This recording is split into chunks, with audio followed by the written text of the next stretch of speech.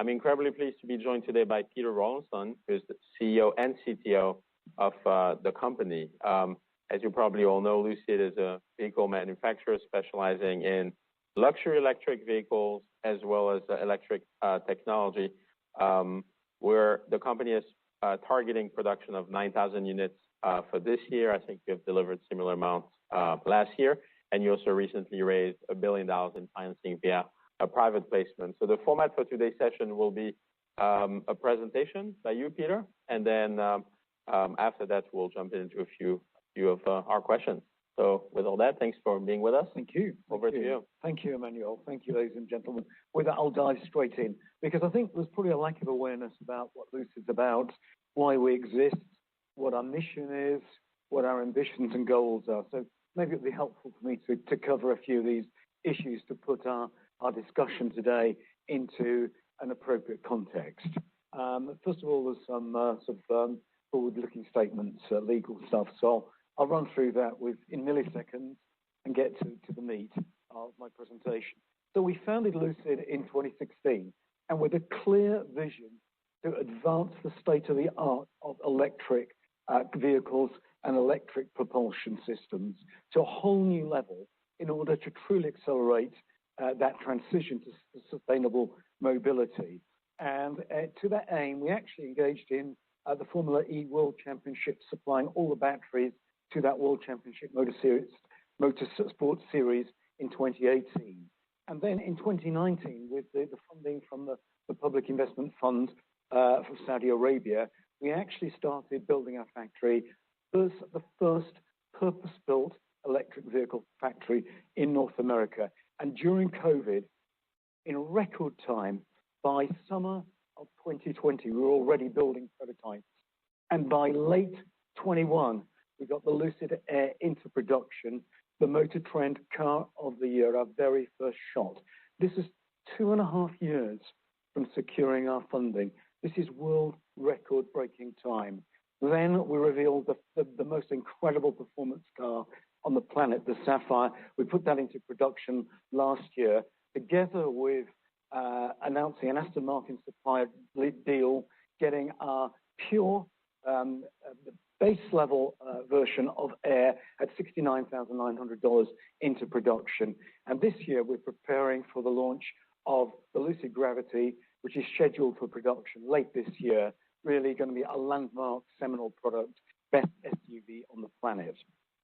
So with various variations of Lucid Air behind us, we look forward to the big steps which are going to really multiply our market, total addressable market, 6 times with the Gravity SUV program late this year and scheduled for production late 26, the big one. This is going to be our Tesla Model 3, Model Y competitor. This is going to be the platform that we're designing to make 1 million units a year of. This is our Midsize program, scheduled for late 26. And so key to this, central to this, as a technology company, we make all the technology in-house, and it's truly world-class. The battery pack, the motor and transmission, the inverter, the Wonderbox charging system, and central to all this is our software. And it's not enough just to make it in-house, design it in-house. We actually make it in-house in a vertically integrated factory in Arizona. And even that's not enough. There's no point in doing any of that if it isn't truly differentiating. And it's got to be differentiated from anything you can buy off the shelf. And it's that technological leadership that we've created by redesigning all this from scratch, making it in-house, taking it to another level that really sets us apart. And I think if you really want to distill what differentiates one EV company from another, it really is efficiency. And what do I mean by that? It means how far can I go with how little battery? Can I go further with less batteries? Because it's not range. Anyone can achieve range. Achieving dumb range is easy. You just stuff zillions of batteries in. And you're seeing that from our competitors now. Massive battery packs. That's not smart. Anyone can do that. It's how far can you go with how little. That's what really differentiates. And why? Because that gives us a profound commercial strategic advantage in the future. With our technology, and this is a chart of the runners and riders of the EV space, and the green bars are the Lucid products. You can see we're not in a position of mere leadership. There's a step change before our products. There's one exception. This is the Sapphire. This is a hypercar. To have a hypercar at this end of the spectrum is extraordinary.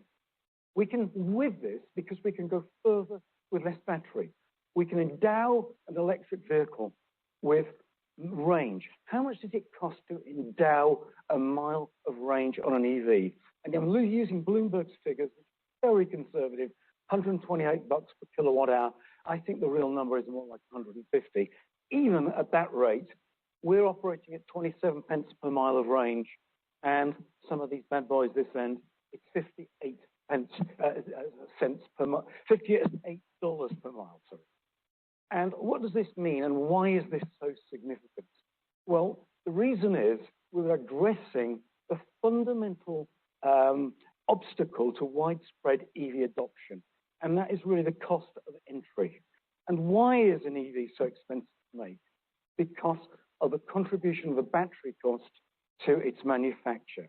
If I look at a relatively high-end EV, we see that a battery cost can represent as much as 37% of the total bill of materials in manufacturing that EV. And actually, for a more affordable EV, that battery cost can be over 40%. It's that significant. So when others are looking for saving maybe 130 bucks on a car through a gigacasting, I am going for the jugular. I'm going for thousands of dollars advantage. And let's put that into perspective. We've got a Lucid Air with our technology compared apples for apples with two competitors. And we see that if those competitors adopted Lucid's technology, the tech that we have in production today, not something pie in the sky 10 years from now, what we have today, normalized, those competitors would enjoy a cost saving of over $2,000 or up to over $4,000 per car manufactured for the same range. This is getting the same range for significantly less battery cost by using Lucid's technology. That means that we are uniquely positioned in the future to take advantage of that, and that's what makes us, positions us in a very differentiated position financially. Our finances right now are dominated by long-term investments for the future.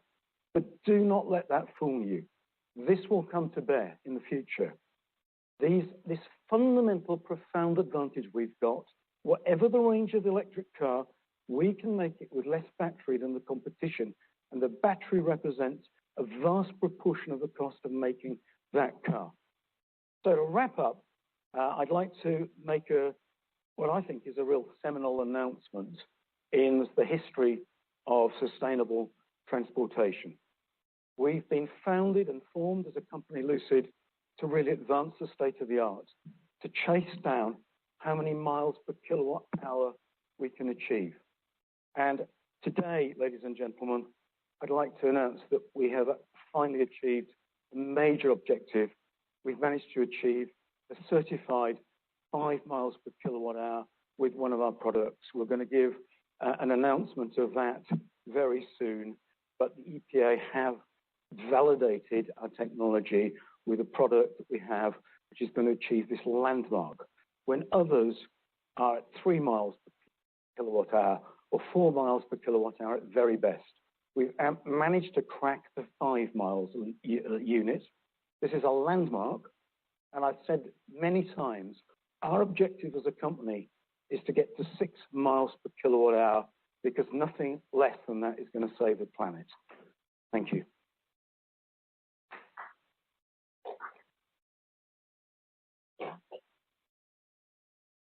Thanks so much for this overview, Peter. So if we start with the technology side, so one of Lucid's key differentiators is that much of the technology is designed and manufactured in-house.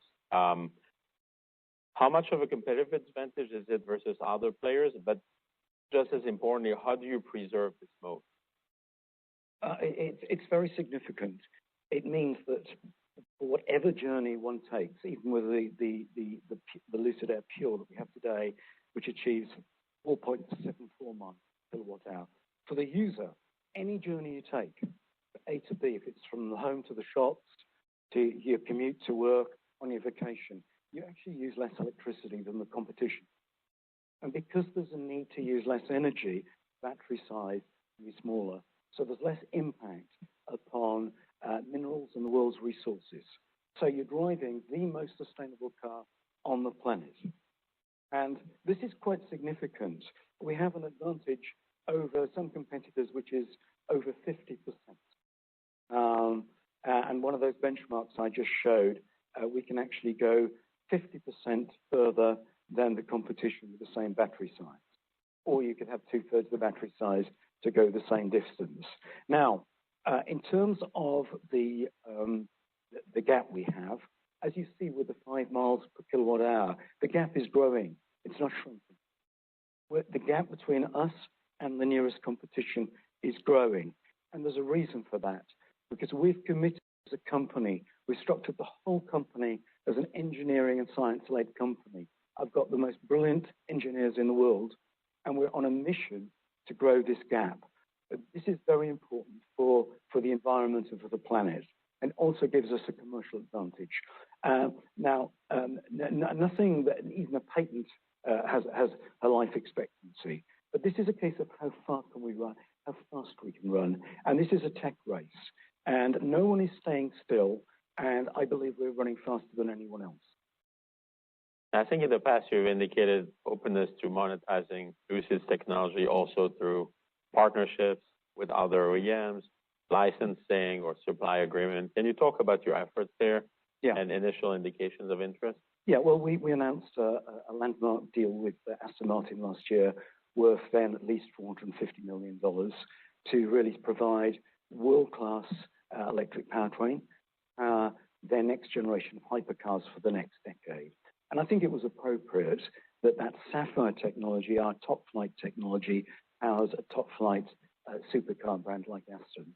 If you look at the tech that we have today in mass production, that would suit a typical luxury car. But it gets really exciting in the future, because the tech that we're developing for our Midsize platform really would suit a family car of the future. And so it's little wonder that we've attracted attention from other automakers, and we are in discussion with a number at the moment. Now, I guess one of Lucid's large challenges is the lack of volume scale so far, which is impacting unit economics. How much of your current losses per vehicle is due to lack of scale versus your bill of material? It's dominated by volume, actually. If we look at the amortization of the depreciation of our factory, we have a factory which we're currently expanding in Arizona. We'll have a 90,000 per annum capacity at the end of this year, ready for gravity. But we've announced that we plan to make 9,000 vehicles. So this amortization of depreciation is quite a fact. It's all about scale. But let me tell you, in Q1, we grew our sales 40% year on year with Q1 of 2023. In 23, we grew per annum 37% over 22. The word is spreading, and far more people are adopting Lucid. The word is growing just how wonderful this product is. So what are the key milestones or as well as challenges that you expect to face in basically reducing production costs and achieving scale and positive gross margin? Well, it's all about scale. It's all about scale. But we're assiduously chasing costs. We're taking appropriate measures with inventory control and the impairment as a consequence of that. We're nicely bringing down our inventory numbers. We saw that through Q1. We're making steady progress in our inbound logistics. But it is all about scale, and we have 3 steps to achieving scale. Our first step is relentlessly grow our Lucid Air sales. working assiduously on that. Second step is to introduce our Gravity SUV with a 6 times addressable market, and that is scheduled for production start later this year. And then the third step, the really big one, going for 30 times TAM with our Midsize product late 26. And that's a product we're targeting about 48 to 50,000. And the on step 2, which is the Gravity SUV, scheduled for later this year, have you shared any volume goals there? Well, I'd like to sell as many as I possibly can. We'll have a factory which has got 90,000 capacity. So, and I think we've got a product that really resonates with the American psyche. Everyone I'm speaking to, it's very interesting. A lot of people really loved the Lucid Air when they saw it, but the constant remark I'm getting from people who review the Gravity is, when can I buy it? I want to buy it. So, you know, the sky's the limit. Yeah. I want to sell as many as I can. More broadly, can you provide an update on the demand environment for EVs and for your EVs? Are you seeing the environment strengthen, weaken, stabilize, since, I guess in the last few months? Well, it's very interesting, the narrative, because we're experiencing the polar opposite. In Q1, we saw a growth of our deliveries, our sales, by 40% year on year. We're outselling Porsche Taycan, Mercedes EQS in North America. We're outselling BMW i7. We're outselling the Audi e-tron GT. We're seeing a growing, steady demand for our product as the word spreads.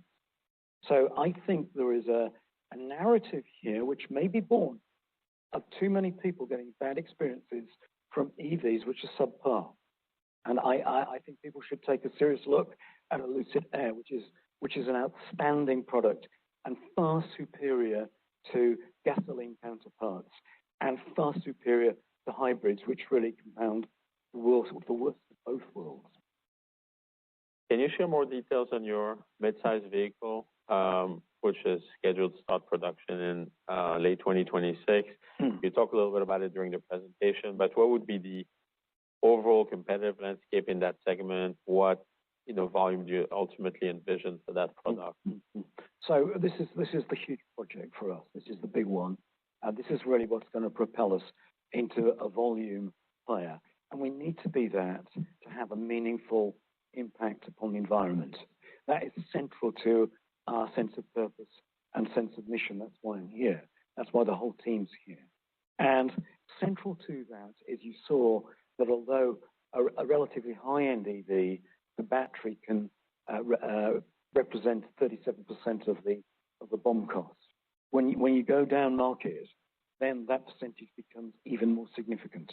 So we have a profound and inherent advantage as a company. This is where we will deploy our technological advantage to full financial effect, because we will be able to make that car with a very competitive range, with a significantly smaller battery pack than anyone else. That gives us a cost advantage on the bill of materials of a midsize. And remember, midsize is a world platform. We can have more than one type of vehicle off that platform. In fact, we're planning. There will be at least 2 variants, different models based upon that common platform, which is being architected as a flexible platform, state of the art, with absolutely embodying all our learnings for cost down, everything that we've accrued from Air and Gravity. The target price is about $48,000 to $50,000 at today's prices. We've currently started construction of our AMP2 factory in Saudi Arabia. The foundations have been poured for that. That will have a capacity of 150,000 units per annum. And we're also going to bring a model of midsize into our factory in Arizona. So this is very exciting. It really is the big project for us, and it's well underway. My advanced engineering team and design studio teams should be working on it as we speak. Do you need the volume from this mid-size vehicle to get to the scale that enables you to be profitable? Certainly, it's a profit enabler. I think that I'm very optimistic with Gravity because I think Gravity is going to give us sufficient product definition to mitigate risk of cannibalization across from that to A. You've got something which is a true SUV, which is truly differentiated from a Lucid Air. It's much more different than, say, a Tesla Model X is from Model S. Those are more similar car-like products. So I think Gravity is a unique product. In its own right, can it give us that profitability? That is yet to be seen because that will become volume dependent on that product. But certainly the midsize is the key enabler for scale. And that works in a favorable manner with our purchasing power as well. Because remember, you shouldn't think of the BOM cost as a fixed. BOM cost is itself a variable, which is a function of volume as well, because the suppliers in turn have to amortize their fixed cost against the volume of parts they supply you. So in short, very confident that midsize will give us that, and hopefully we'll get very close with Gravity. Can you talk to us about Lucid's relationship with the PIF? How much ownership does it have? What is the plan for the new factory in Saudi Arabia? Yes.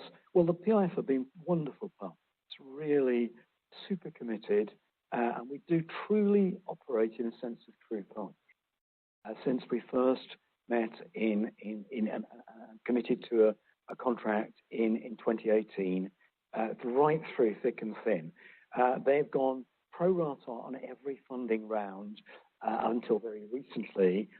They own just over 60% of the company. And I think what is really important to recognize here is that the relationship really transcends a mere financial investment. We're interwoven in our ambitions. There is a vision 2030 in Saudi Arabia for their economy to transition away from fossil fuel dependency. It's a bold vision to a sustainable model. And we are undeniably a cornerstone of implementing that vision. So we are bound by this common sense of purpose and mission and real desire. I mean, we want midsize out in late 26 as much as the PIF do. We're bound by this desire. They want it as much as I do because it's going to be a cornerstone of their economy, and it's a cornerstone of the future of Lucid. In terms of the plans for the factory there, will this be the first place where the midsize will be produced? To start with, that's the plan, absolutely, yes. And that will be for global markets? Global markets, it's a world platform, global car. As I say, I would like Lucid to be making over 1 million cars a year in the early 2030s. I know that sounds a tall order because we only delivered 6,000 last year, but we're on an upward trajectory, and we're on a path to make more affordable, more attainable cars available to more people that are superior. If you look at the work that we're doing on midsize right now, all the attributes, advanced aerodynamics, incredible performance, incredible spaciousness, and yet with real affordability, a great practical car for the family, and with very advanced software and user experience. That's key for these future products, and that's what the world wants: fully connected car, computer on wheels. Maybe just finally for me, can you talk to us about your cash position and runway? I think currently you have $2.2 billion in cash and cash equivalents. And then, so how do you see, free cash flow over the next few quarters and years? Do you need to raise more capital, and when? So we announced with our Q1 earnings that we had around $5 billion cash or cash equivalents. And we have enough financial runway to see us well into 2025. But we are a capital-intensive business. There's no question about that. And so I take an entrepreneurial view of raising capital when the time is right. And we've made profound investments. If you look at our plant in Arizona, how much vertical integration that we've embodied there. I was touring there just 2 weeks ago. We've put a big chunk of money into our in-house stamping line. That will reduce our OPEX. But of course, it all represents more CapEx. Our robotic automated line for assembling the body structures of Gravity is a huge investment. And also, we've invested in what I think is the most advanced electric powertrain plant in the world. We had that just up the road, a few miles away from our main plants, running at a relatively modest volume. We've now brought that under the same roof, as well as logistics. So these are significant investments for the long term that we've made, and continue to make, because Lucid is a long-term investment play. That's what we're about, not about a short-term quick win. You've only got to tour our plant. And then if you look what we're doing in Saudi Arabia, that's a very significant. So absolutely, we will need to have further round of investments in the future in order to realize this very bold long-term vision. Makes a lot of sense. We have a few minutes left for any questions in the room, if there are any. Just raise your hand and we'll bring a mic.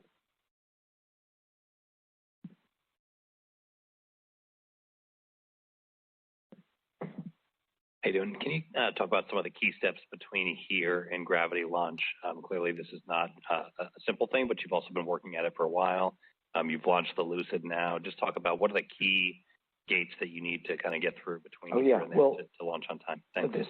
So the question is, what are the key steps to Gravity launch? So I would ask all of you to follow the Road to Gravity set of videos that we're posting on social media on almost a weekly basis, and putting on our website, where you can follow the course of Gravity's readiness for production. And there are 3 key pillars to getting Gravity into production. There's getting the product right, getting the factory ready, and getting the supply base right around the world spooled up. We have several hundred suppliers, several thousand parts that we have to have the right quality at the right time. So right now, we've just completed our build of about 80 beta prototypes, and we're in the thick of the testing of those. We've had some very successful crash tests of betas, but those don't count for homologation. You have to test pre-production vehicles for that. Right now, we've got the robotic line in the factory fully assembled, and the robots are training. They're making the initial movements to rivet sheets of aluminum together. We're feeding some of the initial sheets of aluminum and fine-tuning the positions of those robots. Our paint shop is almost there. The spray booths I visited just 2 weeks ago, we were spraying Gravities, albeit prototypes, very successfully. Some of the paths for the sealant are still to be fine-tuned. Our general assembly line is actually pretty well operational in readiness for Gravity, and we're going to be building our first Gravity battery packs somewhere around this week for pre-production. So the factory is getting ready for pre-production, and we plan to build our very first pre-production body shells later this month, the next few weeks actually. So the pre-production phase will take us through the summer, and those cars will be used for crash testing for homologation and for EPA testing to get the range, and also for training of all the associates, our brilliant associates, the team in Arizona who are going to build the cars with a huge dose of Arizona pride, I must say, so that they can dial in their quality and the fit and finish of these vehicles. And so it's scheduled to roll off the production line late this year. And I'm really excited because I think that it's going to be a seminal product. There's nothing close to it. We're targeting around 440 miles range, 7-seat, 3-row SUV, and it drives like a sports car. You can drive this thing really fast. It's a real Lamborghini Urus killer. I exaggerate not. There. Congrats on the 5-mile per kilowatt hour achievement. My question is on your ability to continue to improve miles per kilowatt hour, decrease battery size. What's it going to take for you to get to your goal of 6, do you think? Is it going to be a mix of weight saving from smaller and smaller batteries, or battery chemistry improvements, or powertrain efficiency? How do you get to that 6? Yeah, it's a combination of all those things. We've got some new motor control switching technology, which we're going to over the air to the whole fleet very soon. So we've got a software OTA-able advance in motor control. We've got some very exciting advancements in electromagnetism in the motor, because what you're chasing is minimizing heat, minimizing the number of electrons that from the battery are wasted in generating heat. You want all the electrons to turn the wheels. That's what it's all about. So it's every step in that journey. We've gone to ultra high voltage with the highest voltage car in the world, 924 volts. I'd like to go more like 1,000 volts, because each of these tiny incremental steps takes its place. I think advances in tire technology are key. Even wheel bearing type and wheel bearing choice has a huge impact upon getting to that 6. So, but there are trades there in terms of the steering feedback with the different wheel bearing types. So all of these attributes combined, but remember, we're achieving 5 with a relatively large luxurious car, a Lucid Air.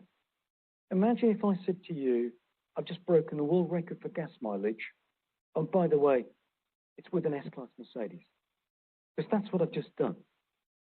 If I can get 5 today with a Lucid Air, maybe we're really close to 6 with something like a Volkswagen Golf type vehicle today.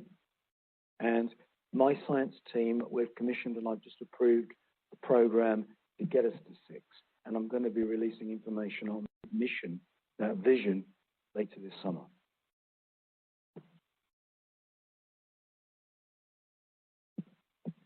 Thank you, Peter, for very insightful explanations, including the technology. 2 questions.